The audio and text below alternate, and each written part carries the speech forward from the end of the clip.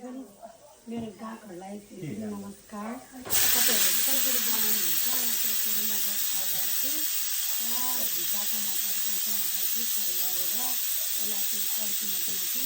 त्यहाँदेखि यसरी बन्दापछि प्याज यसरी लगाउँछु। यो चाहिँ अलिक धेरै बनाउनु धेरै लगाएको मैले यति लाउँदो रहेछ भनेर नसोच्नु होला।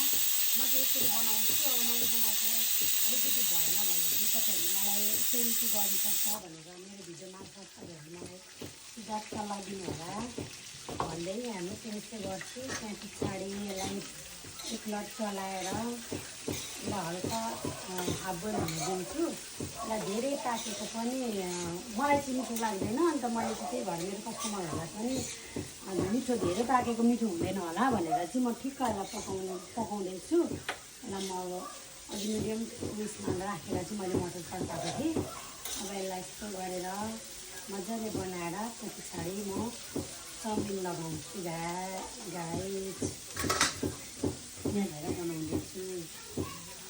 अनि यसरी म चाहिँ किनभने मलाई अलरेडी थाहा हुन्छ नि त कति लाउनुपर्छ कुरा। अनि त्यहाँदेखि यो चाहिँ गाइस अजिना यहाँ हेर्नुहोस्। यसलाई चाहिँ हुचिङ भन्छ है अरूतिर चाहिँ। हामी चाहिँ अब अलिक बोल्नु आउँदैन, भाषा मिल्दैन तपाईँ हाम्रो।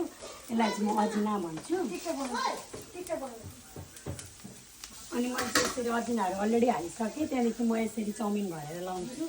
यो हाफ त्यहाँदेखि नेक्स्ट यसरी लाउँछु किनभने मसँग अलिक कन्फिडेन्स छैन नि त। मैले फर्स्ट टाइम क्यान्टिन खोलेको भएर चाहिँ अब त्यो भएर यसरी नापेर लाउँछु।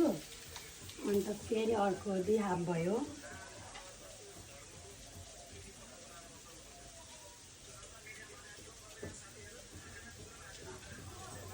तीन हाफ। त्यहाँदेखि यो चाहिँ चाउमिन ससेज हेर्नुहोस् है। चाउमिन ससेज छैन सरी यसरी लाउँछु म चाहिँ। मेरो बिर्को यो भन्छु यो चाउमिन ससेजको बिर्को हुन्छ मैले फालिदिएको थिएँ। त्यही भएर अर्को दुलो बनाएको छु। राइस माउको दुलो अहिले बनाउँछु। यसरी लाउँछु म चाहिँ ससेज।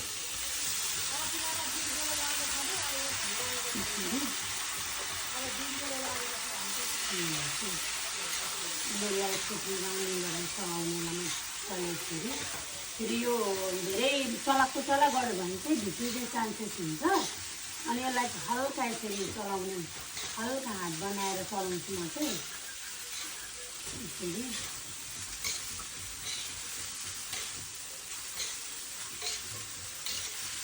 यहाँ हेर्नुहोस् त अब सबै घोलिसक्यो।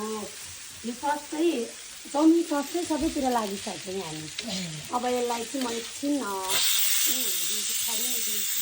मान्छेले चाहिँ पकाउने बित्तिकै दिनुहुन्छ, त्यही भएर अलिकति ठुक्क बनाउँछ अनि अलिक मिठो पनि हुँदैन। अनि यसलाई चाहिँ जति सक्दो यसको माड फेरेर धुनु सक्यो त्यति चाहिँ चाउमिन थुक्पाहरू बनाउँदैन। म चाहिँ यसरी अब यसलाई एकछिन खरिनु दिन्छु। By by. अनि म प्लेटमा हालेर पठाइदिन्छु।